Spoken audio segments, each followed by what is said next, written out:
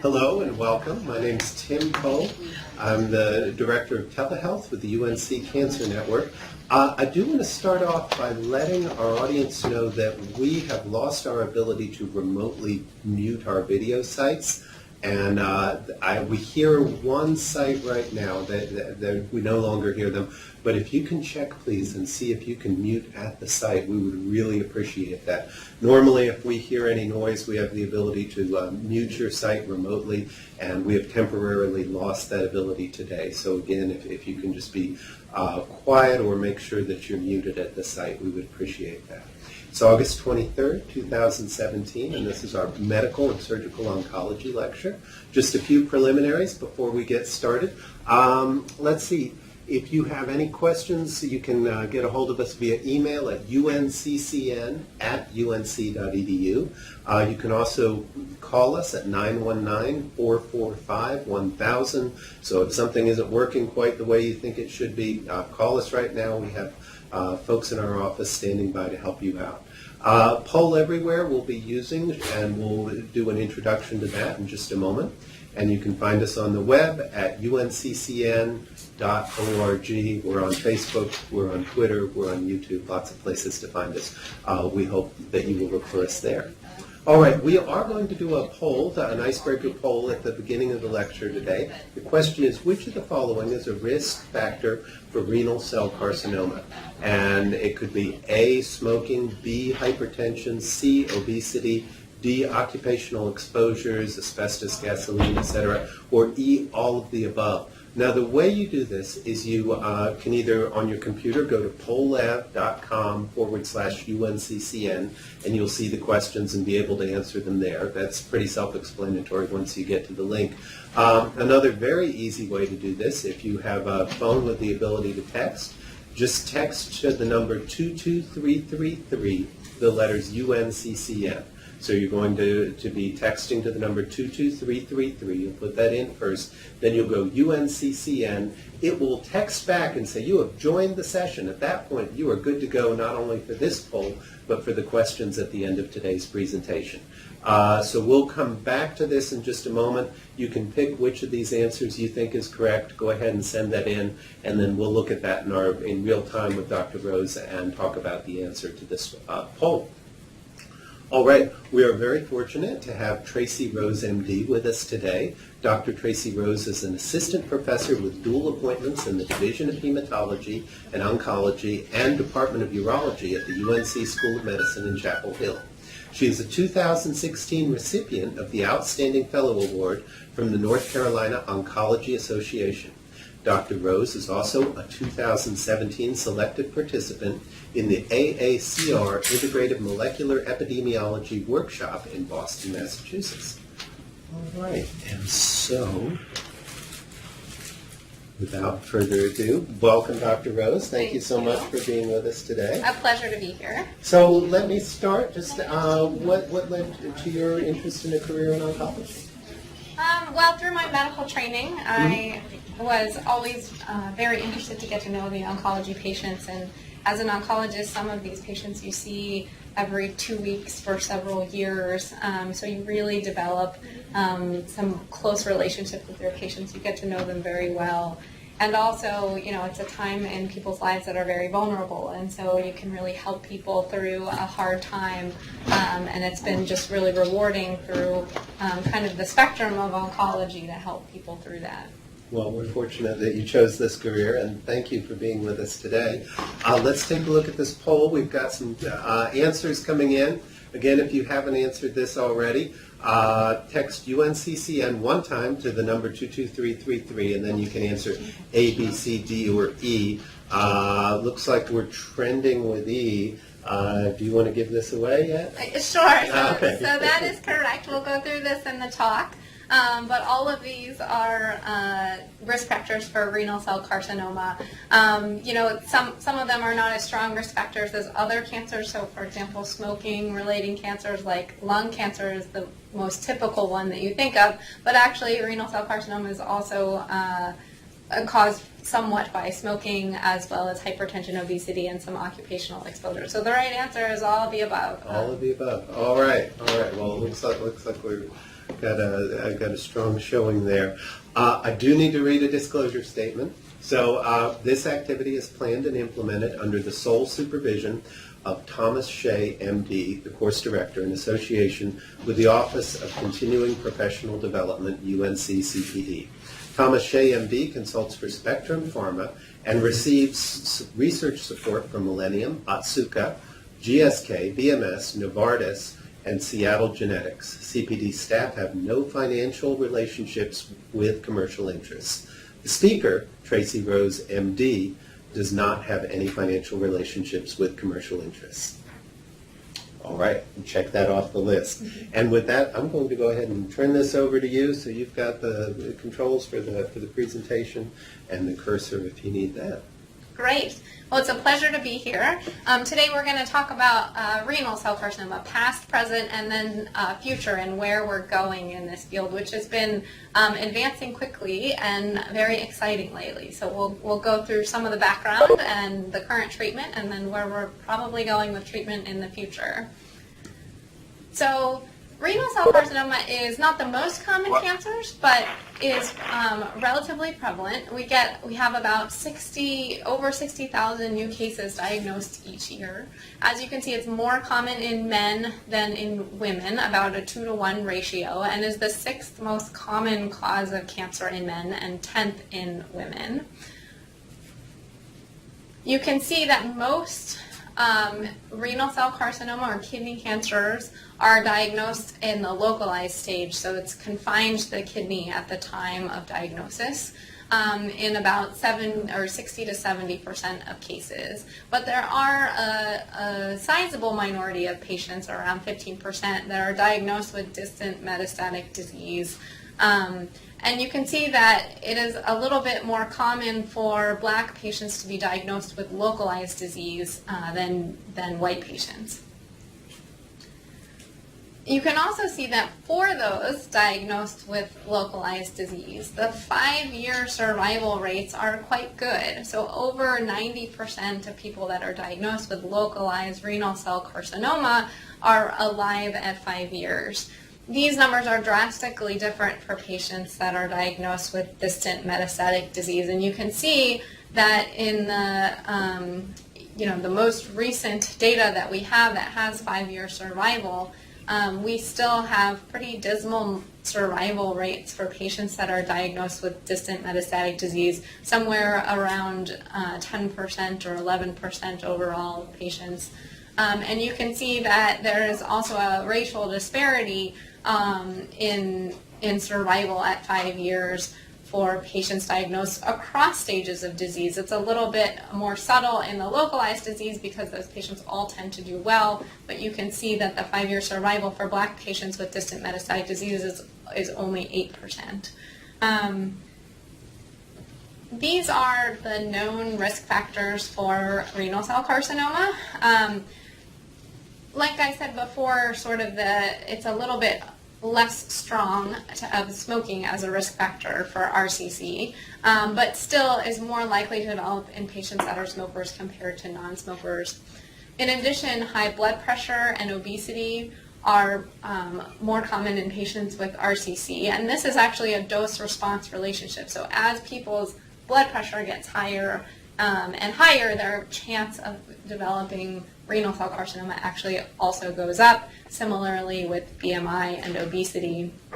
There is an association between acquired cystic disease of the kidney, and particularly in patients who are on dialysis, develop renal cell carcinoma more frequently than patients who don't have end-stage renal disease. And then there's a list of occupational exposures. Some have sort of better epidemiologic data than others, but it's pretty convincing that asbestos and gasoline and cadmium are risk factors for RCC. The other things that could potentially be risk factors that there is some data to support are analgesics, hepatitis C, some exposure to cytotoxic chemotherapy, and then we know that patients with certain familial cancer syndromes that we'll talk about are more likely to develop renal cell carcinoma, as well as patients with sickle cell trait or sickle cell disease get a certain type of kidney cancer called renal medullary carcinoma. So renal cell carcinoma, although I'm using this term, is actually not just one disease. It's actually multiple different types of cancer. And as we get more information on the actual molecular characterization of these cancers, we're finding out more and more that these are really distinct subtypes of renal cell carcinoma. The most common is called clear cell. You'll see that the histopathologic slide on the left. And it's characterized by these larger clear cells, and therefore gets its name clear cell carcinoma. And that constitutes about 75 to 80% of diagnosed renal cell carcinomas. And it's characterized by a loss of the gene VHL. But there's several other common histologies, and these are important because they have treatment implications. So there's the papillary type RCC, and there's actually two types of papillary, type 1 and type 2, which also have unique gene expression profiles if you look at the molecular level. And these are characterized by MET and fumarate hydratase alterations, respectively, in type 1 and type 2. And then there's also a chromophobe histology, which is less common, only about 5% of renal cell carcinomas, but tends to have a more indolent course with a better prognosis. And then there's an oncocytoma, which sometimes we can just monitor with surveillance, and patients may even be able to skip a surgery if diagnosed with this. So the histologies are presumably changing based on the cell of origin that develops the cancer. And so it is thought that the clear cell renal cell carcinomas actually arise from the cells of the proximal convoluted tubule in the kidney, that the papillary potentially arise from the distal convoluted tubule, and then the collecting duct gives rise to the chromophobe or the renal medullary carcinomas, and therefore sort of changes how these cancers can act. There is also a small racial difference in the prevalence of each histology by race. And so we know that black patients are actually a little bit more likely to have papillary or chromophobe renal cell carcinoma, and a bit less likely to have clear cell. And just to keep in mind, some non-renal cell carcinoma kidney tumors exist, and we always need to keep these in mind when we're working up a kidney mass. Commonly, a urothelial carcinoma can occur in the renal pelvis. We can have an angiomyolipoma, which many times can be diagnosed radiographically by having fat.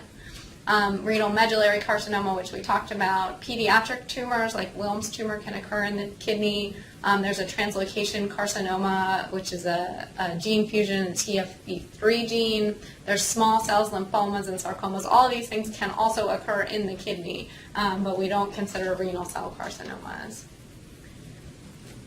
This is a list of the genetic familial syndromes that can contribute to a risk of RCC.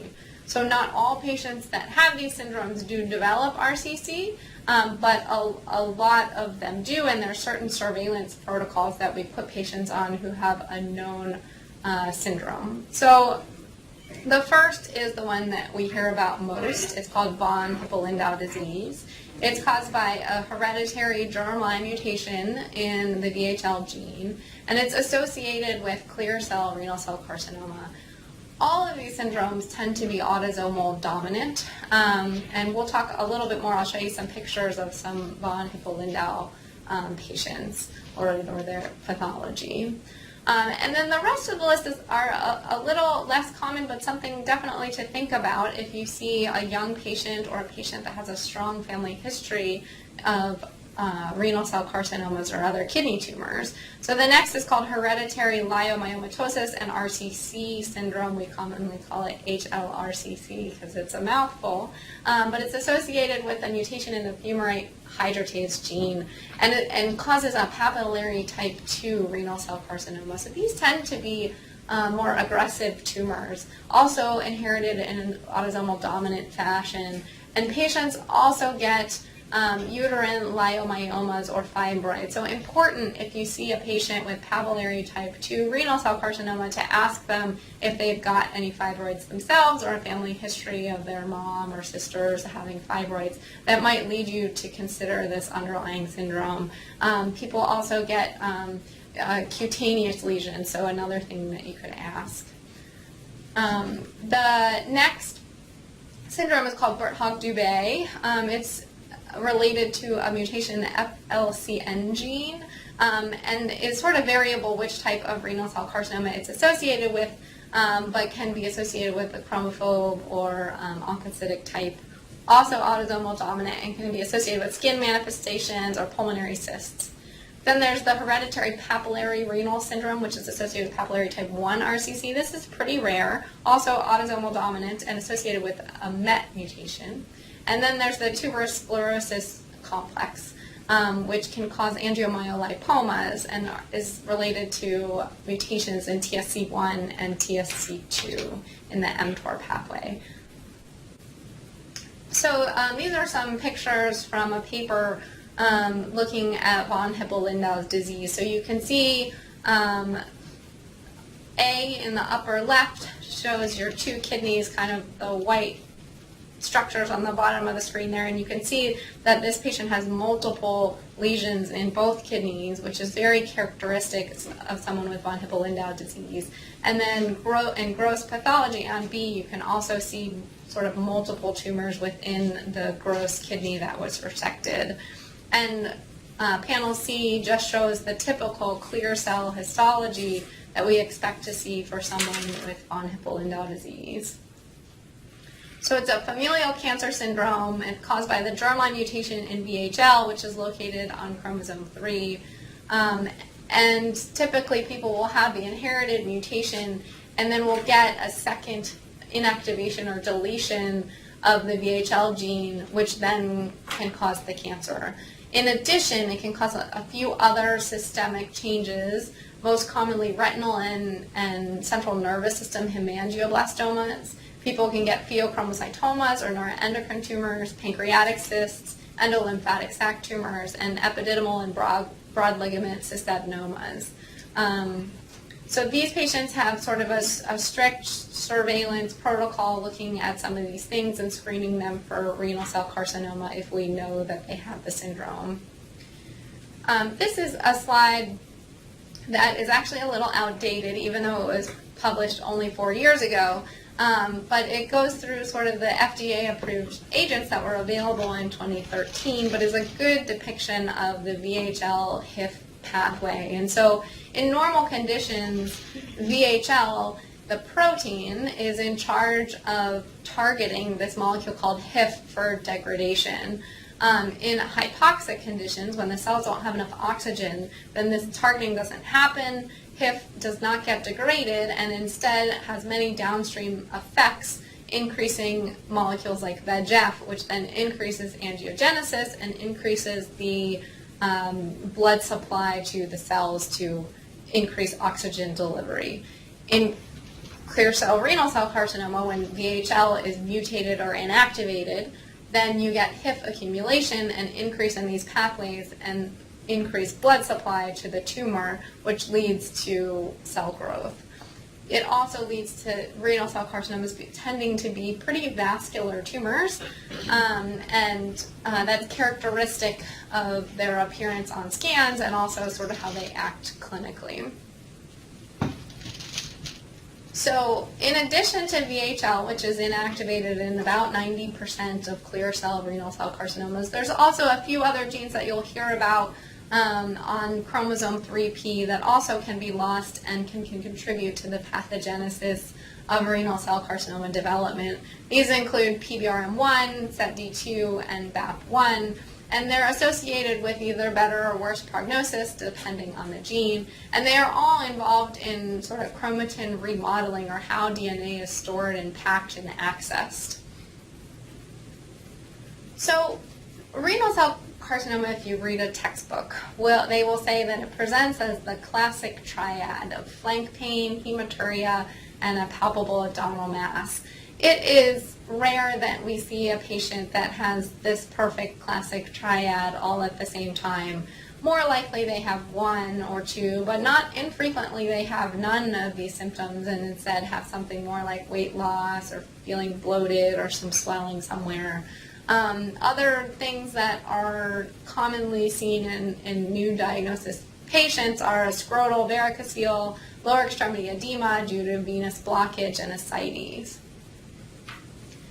And the sort of more interesting, if anything, things that can happen with renal cell carcinoma that is not in control is these paraneoplastic syndromes. And so you can see a lot of sort of systemic changes in the body related to the underlying renal cell carcinoma. The most common are sort of anemia and fever, but commonly people will also have hypertension, they'll have hypercalcemia, they'll have a syndrome we call Stouffer syndrome, which somewhere around 5% of people have, which is some liver dysfunction that's actually related to the tumor, but not necessarily the tumor involvement in the liver. So some of these people, if they have their primary kidney mass removed, their liver function will get better even though no one touched their liver. You can also get amyloidosis and erythrocytosis or a polymyalgia rheumatica, which is pretty rare. So this is the standard staging, and I won't go through it all, but suffice it to say that kidney cancers can get pretty big before they are staged anything more than T1. So you can see that in T1 disease, the tumors can get up to 7 centimeters. As long as they are limited to the kidney, we still consider that T1. And the prognosis in these cancers is quite good. After that, some people can get a 10, 12 centimeter kidney mass and not even realize it and get diagnosed in some other fashion. So it's not uncommon that we see pretty big masses at the time of diagnosis. So management of localized kidney cancer is typically via surgery. For tumors that are quite small, so definitely less than 1 centimeter, we recommend active surveillance, repeating scans, and seeing if they're growing. For tumors 1 to 4 centimeters, we typically will do a partial nephrectomy, but can also consider active surveillance, biopsy of the tumor, or thermal ablation. And tumors that are greater than 4 centimeters are typically treated with a nephrectomy, can be partial occasionally and more often radical. Oops. And this just goes through some of the surveillance recommendations for someone that has localized kidney cancer after nephrectomy. And so for stage 1 disease, these people usually get scanned only annually and have a physical exam for about 5 years. For stage 2, we do imaging a bit more frequently, 4 to 6 months for the first couple years and then annually. And stage 3, we do imaging more frequently every 3 months for about a year, 6 months for a year, and then annually to also complete 5 years. So one of the hot topics these days in renal cell carcinoma from a medical oncology standpoint is whether or not we should be offering adjuvant treatment. Currently, the standard of care is surveillance for someone that has localized renal cell carcinoma that's been resected. But we've had some conflicting evidence that has been published lately with adjuvant treatment with the VEGF tyrosine kinase inhibitors, mainly the ASSURE trial, the ASTRACT trial, and the PROTECT trial. And there's lots of ongoing trials of adjuvant immunotherapy right now that are also looking at this question with some of the newer immunotherapy agents. So this is the ASSURE trial data. This trial was published in 2016 and was a 3-arm trial and looked at adjuvant sorafenib, adjuvant sunitinib, and adjuvant placebo for a year after nephrectomy. And you can see pretty clearly that the disease-free survival, which was the primary endpoint of the trial, was no different between the 3 arms. I mean, there's not much of a hint of difference between these lines. And so this was the first trial that came out looking at a VEGF TKI in the adjuvant setting, and pretty convincingly told us that these drugs cause side effects and are no better than placebo for disease-free survival. And we thought we had the question answered. Then comes the S-TRACT trial, which was published in 2016, which looked at the same drug, looked at adjuvant sunitinib versus placebo, and came up with a very different result. So the median disease-free survival in the sunitinib arm in this trial, so treating with sunitinib for 1 year after nephrectomy for patients at high risk of recurrence with metastatic or with renal cell carcinoma, was 6.8 years for sunitinib and 5.6 years for placebo. So a 1.2 year difference in disease-free survival for treatment with sunitinib for 1 year, with a hazard ratio that reached significance of 0.76. And so these two trials have a bit conflicting results. They do have conflicting results, even though they're using the same agent. So we asked the question, sort of, what is the difference between the trials and which one should we listen to, if any? And I'll highlight a couple of the differences and then I'll sort of give where I think the field is at. But the ASSURE trial had to dose reduce patients to 37.5 milligrams of sunitinib as opposed to the standard 50 milligrams, mainly due to side effects for patients. The S-TRACT trial, the positive trial, left them on 50 milligrams daily. The ASSURE trial had a bit more heterogeneous population. They had some intermediate risk patients and various histologies, whereas the S-TRACT trial was a bit more strict and had only high-risk patients and clear cell histology. Although if you looked at the subgroup analysis in the ASSURE trial, it didn't seem to change the results if you just looked at the high-risk patients or the clear cell patients. And the ASSURE trial, as I showed, didn't have a disease-free survival benefit over placebo, but the S-TRACT trial did. But I will point out that neither of these trials have shown an actual survival benefit. And so right now, at best, the S-TRACT trial shows that if you take a year of sunitinib with the side effects that come with sunitinib, you can potentially have a year prolongation in your disease-free survival, but we don't know that translates into an overall survival benefit yet. So the standard of care is currently still surveillance. I think that it can be discussed with the right patient who is very motivated whether they should consider sunitinib. And then I'll just bring up that the PROTECT trial was presented this year at ASCO and looked at pazopanib versus placebo. And it also showed no difference in disease-free survival and also no overall survival benefit. There was a hint of a benefit in disease-free survival with 800 milligrams daily, which would be our standard dose for metastatic disease. But as of right now, there's also no survival benefit with pazopanib. So we will await the immunotherapy trials with great interest to see if this might change the paradigm for adjuvant treatment for renal cell carcinoma. So let's move on to where the field stands for metastatic renal cell carcinoma. So we commonly look at prognostic models to help us risk stratify patients into disease risk groups to help them understand the pace of their cancer and to help us understand what treatments might be best for them. So back in the day before a lot of our targeted treatments were approved, which we'll go through, there was a Memorial Sloan Kettering prognostic model that was developed looking at factors that predict decreased survival in patients in immunotherapy trials. They include poor performance status, a high LDH, a high serum calcium, low hemoglobin, and then the newer one is less than 1 year interval from diagnosis to treatment. The original studies had no prior nephrectomy. And then they categorized patients into these risk groups where 0 risk factors was a favorable risk, 1 to 2 was intermediate risk, and greater or equal to 3 was high risk. And you can see that the overall survivals very much change with which risk group you're in. And so you can see here the top line is the proportion of patients surviving with 0 risk factors, which is much higher than the middle line, which is 1 or 2, and much higher than the bottom line, which is 3, 4, or 5 risk factors. And so this model does do a good job in sort of predicting which patients are going to do better than others after starting systemic therapy. And this model was updated sort of in the current era based on data from patients that received VEGF-targeted therapy, so the typical first-line therapy that we use now.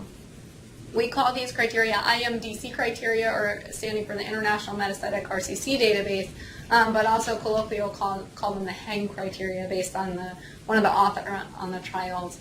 And the real difference between these criteria and those of the MSKCC criteria are that we no longer use LDH and have added in absolute neutrophil count and platelet count as criteria. And you can see that it's still favorable, intermediate, and high risk based on the number of risk factors, and the median overall survivals have gone up sort of since we had only immunotherapy at our disposal. However, the high-risk group still has a pretty dismal overall survival based on this data. I will note that this study was published a while ago now, and I think that in the era of the recent FDA approvals, which we'll talk about, I think these numbers have gone up even further. But you can see that there remains a prognostic difference between the favorable, intermediate, and poor risk groups. And kidney cancer can, like I said before, is very heterogeneous disease, and even within clear cell renal cell carcinoma, patients can have very different courses. And so I think it's important for both providers and patients to understand what to expect, and this is one way that we can help them do that. So this shows the recent FDA approvals for metastatic renal cell carcinoma, and has really been accelerating since the approval of sorafenib in 2005. And in the last year and a half, we've had 3 more approvals for metastatic disease, which has really opened up the options for us for treating patients. So the basic schema for treating metastatic renal cell carcinoma includes the fact that hormonal therapy and standard cytotoxic chemotherapy tend to be ineffective. There are some exceptions to this.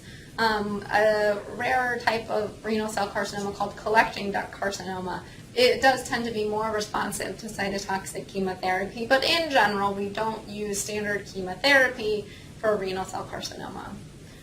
We do consider what we call cytoreductive nephrectomy, or removing the kidney up front for patients with metastatic disease. And there's a host of options for first-line treatment based on the characteristics of the patient and based on how their disease is presenting. And so some patients can actually undergo observation. There's some good data that is safe in favorable risk patients. Some patients undergo metastatectomy and can actually be cured by the surgical removal of metastases, although this is a highly selected patient group. We treat some patients with high-dose IL-2. I'd say the most standard first-line treatment is a VEGF TKI, and we'll go through the options for that. An mTOR inhibitor remains a choice, and then always a clinical trial, if an option, is a great choice, so we can figure out what out of the long list of options we have is best in the first-line setting. So most of the prospective data on cytoreductive nephrectomy was done in the immunotherapy era before the approval of the VEGF TKIs. So there were several papers published in 2001 showing that survival was improved for patients that had surgical removal of their primary tumor in the setting of metastatic disease prior to interferon treatment compared to interferon treatment alone. So if you had your kidney out before you got treated systemically, then you did better than just getting treated systemically. And we have, several groups have looked at this retrospectively to see if this holds true in the current targeted therapy era. And it seems to, the evidence looks good that there remains a survival benefit, although it has not been studied in a prospective randomized clinical trial yet. So this is one of the retrospective population-based looks at survival in patients that undergo cytoreductive nephrectomy compared to those that do not. That was published last year and shows that patients that have the surgery have a improved overall survival compared to other studies. Now, these studies are hard to interpret because there's inherent bias as the patients that undergo surgery will tend to be healthier than those that do not. So it's always risky looking at retrospective data, but this is what we have at the current time. The next option for first-line treatment is high-dose IL-2, which is a very toxic treatment, but does have a response rate of around 15%, a stable disease rate of a bit higher, and a complete response rate of around 5%. And the reason that people do this is because many of these responsibles can be durable even for years. It was one of our standard treatments before the VEGF TKI era, but is still given to a select group of people who are young and healthy and have clear cell histology. This is available only at select hospitals. Patients require intensive supportive care and can have pretty severe cardiovascular toxicity, so it's not a treatment to start without a lot of counseling for the patient. But again, for this very small, durable response rate, some patients are interested. This is a more modern graph showing the outcomes of patients that are currently being treated or recently been treated with high-dose IL-2. And you can see that the patients that do have a complete response or partial response in the blue and red curves do better than patients that had stable or progressive disease. And the response rate continues to be around 15% in the current era. So bevacizumab and interferon, as well as sorafenib, were historically first-line options, but they're used less and less at this time. They can cause some side effects, but it is thought that the standard VEGF TKIs have better response rates and longer progression-free survival, and so these are only used in select patients and rarely anymore. And so the typical first-line standard treatment is either sunitinib or pazopanib, which are VEGF TKIs, tyrosine kinase inhibitors.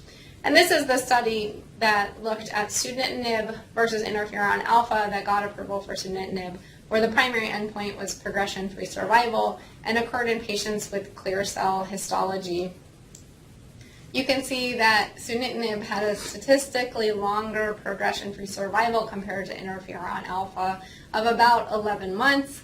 And so you can counsel patients that if they start sunitinib, they will roughly have a year median progression-free survival, albeit all patients are different. And the median overall survival was also longer with sunitinib, although did not reach statistical significance compared to interferon, but was between 2 and 3 years.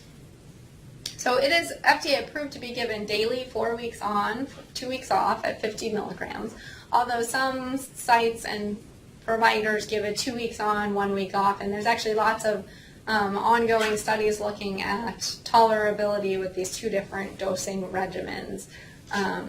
The most common adverse effects are fatigue, diarrhea, hypertension, nausea, stomatitis, vomiting, hand-foot syndrome, so a rash on your hand or your feet or blisters, a decline in your ejection fraction, so you can get cardiotoxicity with sunitinib, and fever.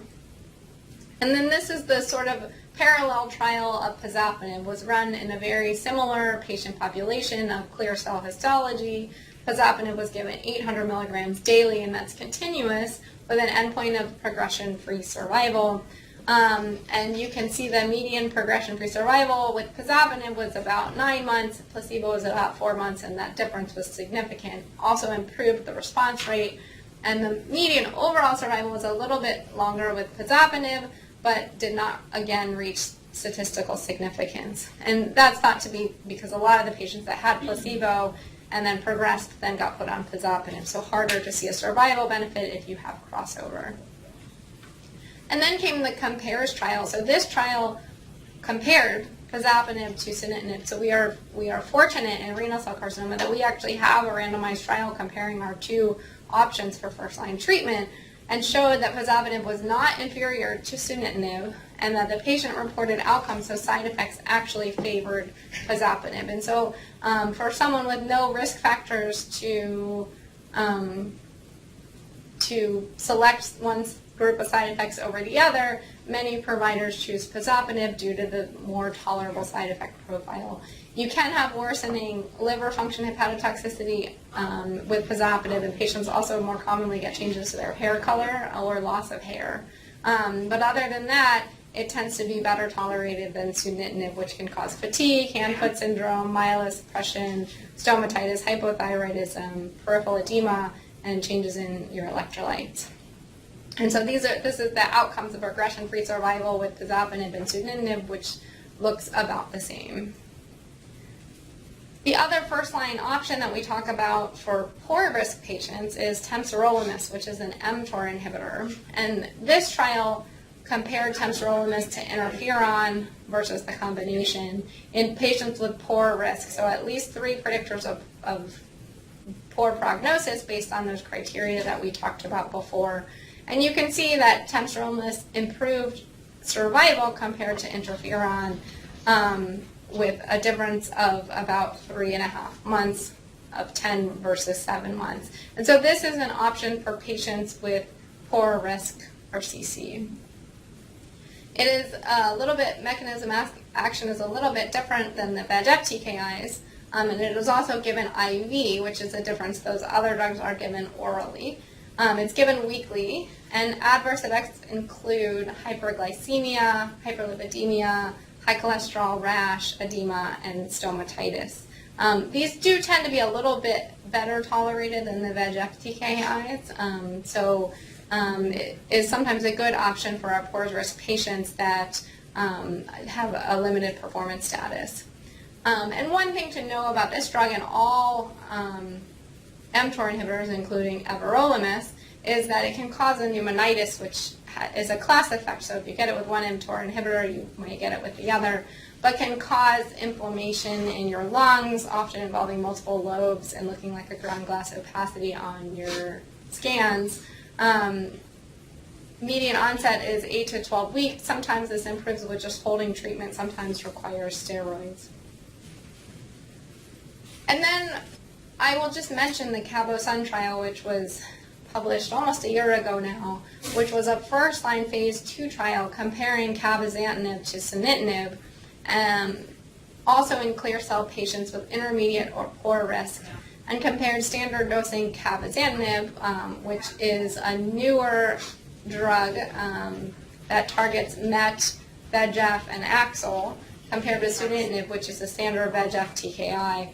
And this trial actually showed that the median progression-free survival on cabozantinib was 8.2 months, 8.2 months compared with sunitinib, which was 5.6 months, with a hazard ratio of 0.66. I should note that almost 60% of people on the cabozantinib arm did need a dose reduction due to toxicity. So cabozantinib can cause a lot of hypertension, diarrhea, hand-foot syndrome, and many patients need to hold drug or change dose after they start. But this phase 2 data is intriguing, to say the least. And we may see cabozantinib move into the first-line setting in the near future. It's not currently FDA approved for this indication. So historically, before the last couple years, we were using Everolimus and axitinib as second-line options, and now our list has sort of changed to include cabozantinib, which we just talked about in the first-line setting, nivolumab, which is an immunotherapy, and lenvatinib and Everolimus. And so this is the trial that got Everolimus on the list initially, which compared it to placebo. This is an mTOR inhibitor that's given orally daily. And this trial showed that although overall survival was the same, Everolimus improved progression-free survival pretty substantially from 1.9 to 4.9 months in patients on Everolimus. So this was one of the standards of care for several years for second-line treatment, so after pazopanib or sunitinib. Similarly, axitinib was studied in this setting and was actually compared to sorafenib, for efficacy after another VEGF TKI and showed that progression-free survival improved from 4.7 to 6.7 months with Axitinib. And so those were sort of our two options for a few years until the Meteor trial and the Checkmate 25 trial came out. And I'd say that these are the two trials that have changed standard of care for second-line treatment of metastatic renal cell carcinoma. So the Meteor trial compared Cabozantinib, 60 milligrams orally daily, to Everolimus, 10 milligrams orally daily, with a primary endpoint of overall survival, and looked in patients with poor prognosis. And you can see that Cabozantinib improves the overall survival compared to Everolimus in metastatic RCC with a hazard ratio of 0.66. And so this is really a big news because it had an overall survival benefit over Everolimus and has become one of our new standard second-line options for treatment of metastatic RCC. Around the same time was published the Checkmate 25 trial. So this is a trial in second-line or more renal cell carcinoma that compares nivolumab to Everolimus. Nivolumab is an anti-PD-1 agent, so it uses the immune system to attack the cancer, if you will, and also was powered to look at overall survival. And similarly improved overall survival from 19.6 to 25 months with a hazard ratio of 0.73. So also is now a standard second-line option in metastatic RCC.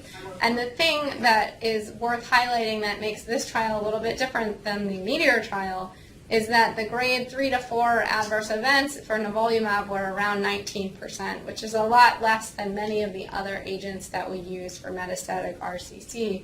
So all other things being equal, many providers choose nivolumab as the second-line option for RCC based on the very good tolerability and similar survival benefit compared to Everolimus.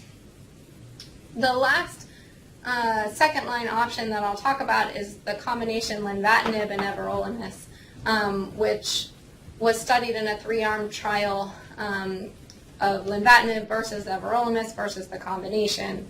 And this is similarly, it's sort of a multi-kinase inhibitor, but targets VEGF as well as FGFR and PDGFR, and looked at progression-free survival. This is a phase 2, and showed that the combination arm compared to single agent Everolimus improved progression-free survival. This combination also has a significant number of toxicities, but manageable, and is a current second-line option and would be preferable over Everolimus alone in a patient that could tolerate it. And so what we have left here is sort of a laundry list of options. The first-line options are most standardly pazopanib or sunitinib, maybe Temsirolimus in a poor-risk patient, maybe high-dose IL-2 in a very select patient, and then the second-line or subsequent therapy options. The list is starting to go on and on. Many would choose nivolumab first based on the toxicity, although Cabozantinib is another good option, and any of these other options exist as well. And so that brings us to the future and where we are going next. And so these are some recently presented early phase trials that may translate into practice change based on later phase data that's ongoing. The first I'll mention is called Emotion 150. It looked at atezolizumab plus bevacizumab versus either atezolizumab alone or sunitinib alone, and this is sort of an immunotherapy VEGF combination trial that had some pretty good results and is now in phase 3. There was recently at the ASCO annual meeting a combination trial of a VEGF TKI and an immunotherapy, which had really good looking response rates of 55% of axitinib and avelumab, and a similar trial with axitinib and pembro with good response rates. Although we did see some increased toxicity of pazopanib and pembrolizumab. So as we start combining these agents, I think we have the potential to see more toxicity in some of the later phase trials. So we need to be a little bit careful as the field advances. And then in the non-clear cell group, we have a MET inhibitor, ferretinib, that showed pretty good response rates in patients with germline MET mutations. And there's some other immunotherapy combinations like epacadostat, which is an IDO inhibitor, and pembrolizumab that showed a promising response rate of 35%. So I think as the field goes on, we're going to see more combination treatments. I think none of these are ready for prime time use standardly in outside of a clinical trial setting yet, but hopefully some of these will translate. And then there's many ongoing trials, and we are awaiting results looking at neoadjuvant and adjuvant immunotherapy, adjuvant mTOR inhibition. There's another adjuvant axitinib trial that we're awaiting. There's some cytoreductive nephrectomy trials to really try to prospectively answer that question as to whether cytoreductive nephrectomy is beneficial in the VEGF TKI era. And then there's lots of sequencing trials and combination immunotherapy trials ongoing that we are hopeful will help us answer sort of what sequence to give some of these treatments in, instead of just having sort of a long list of options for both first and second line treatment.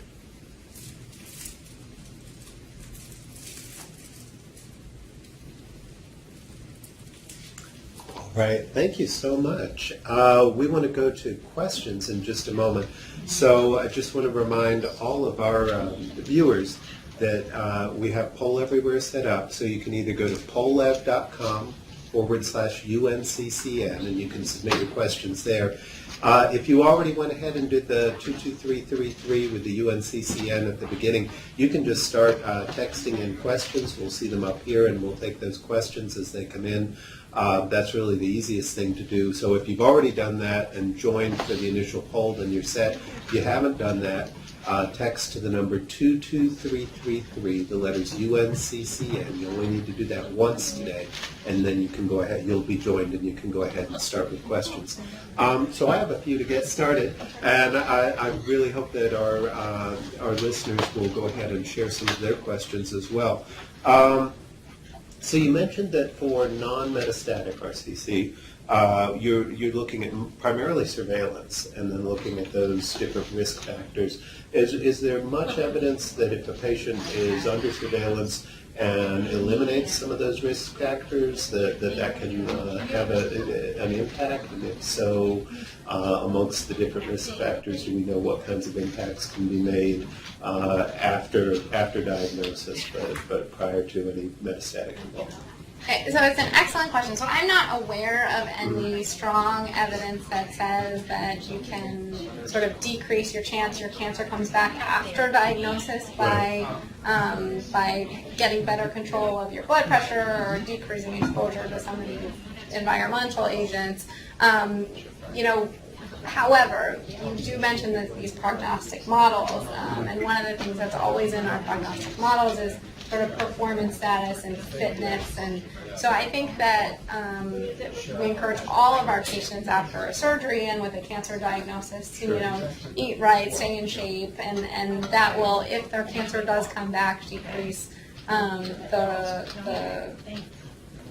their ability to tolerate treatment and go through the treatments for it.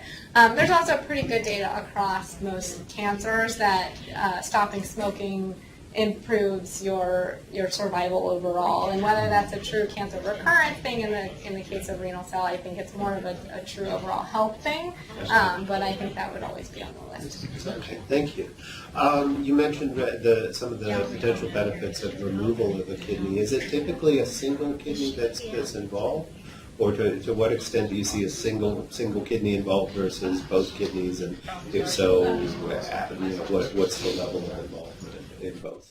So in almost all patients with non-hereditary renal cell carcinoma, we just see involvement of one kidney. Typically, we'll treat with removal of part or all of that kidney. It gets very tricky in the patients that have a hereditary component and have bilateral disease. Because we can't take out, people need their kidneys, right? Sure. And we can't usually take out both of them. And so sometimes we'll try to do a partial nephrectomy on someone if we can to try and preserve the rest of their kidney cells to work as kidney cells. But commonly it can be trouble, and we'll try to do more things like thermal ablation or surveillance on the smaller masses in patients that have the known hereditary RCC syndrome. Gotcha. And with the bilateral, is there an option for transplant if the donor is available? And is that is that typically a positive outcome? So that's a little bit of a sticky question because typically they don't transplant people who have active cancer. There's a few exceptions to this in other cancers, but you know, if you have a patient with sort of bilateral kidney cancer, then a pretty decent risk of having metastatic disease at some point.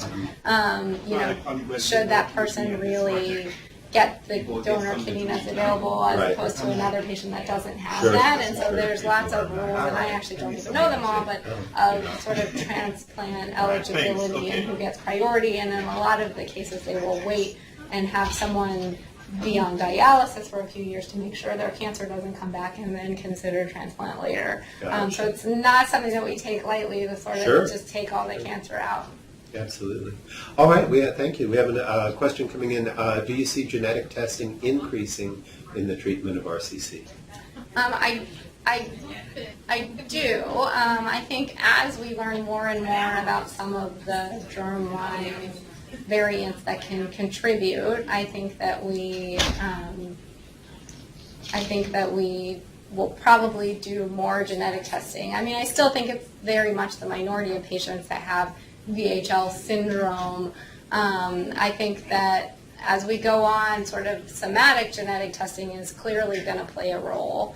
There was some interesting data on non-clear cell RCCs presented at ASCO this year that suggested that maybe more patients than we expect have some germline variations that could play a role in the pathogenesis of RCC. I mean, I think right now I refer the young patients with bilateral tumors to consider genetic testing, but I think probably as time goes on we'll see it more and more, and I don't think that's specific to RCC. I think we're just learning more about genetic causes of a lot of cancers. Sure. All right. Well, thank you. With that, I'm looking at the clock, and we're nearing the end of the hour. I do want to thank you. This has been a very informative lecture, and we look forward to feedback and the evaluations that we hope all of our listeners will take care of and get back to us. We want to thank the UCRF, the University Cancer Research Fund, and the generous funding from the North Carolina General Assembly for that. We want to thank UNC Lineberger, the Comprehensive Cancer Center. We want to thank Mary King, Veneranda Ogure, and Alan Brown for all the hard work that they do to make these lectures possible. Speaking of surveys, we have our annual survey. Your feedback is needed. Tell us what you think. Take the survey at unccn.org/2017 survey. This is tremendously important to our group and really informs the 2018 lectures coming up. So please take a few minutes to fill this out. We look forward to receiving these back as we go into our fall planning mode for 2018 and all the different lectures that we'll be selecting at that time. The survey closes on September 27th, so just over a month to go ahead and do that. We encourage you to take care of that today if you have time. Coming up, we have on August 25th our Community Lunch and Learn lecture, What People with Cancer Want to Know, with Melissa Holt. On September 13th, our RN and Allied Health lecture, Management of Malignant Pain in the Era of an Opioid Epidemic, with Dr. Keisler, and then on September 22nd, our next Med-Surg lecture will be head and neck cancer treatment and complications with Dr. Billy Olson. So we hope that you'll join us for all of those. You can find a complete listing of all the events coming up at unccn.org/events. You can find us and talk to us via email, unccn@unc.edu. Find us on the web at unccn.org. So we hope that you'll look at all the events coming up, look at our library of, I think, about 190 different lectures now. We'll have this one up in just a day or so if you would like to look at this again or share it with a friend or colleague. All right. Thank you so much. Thank you. We really appreciate it, Dr. Rose. It was a pleasure. All right. We'll see you all soon. Bye-bye.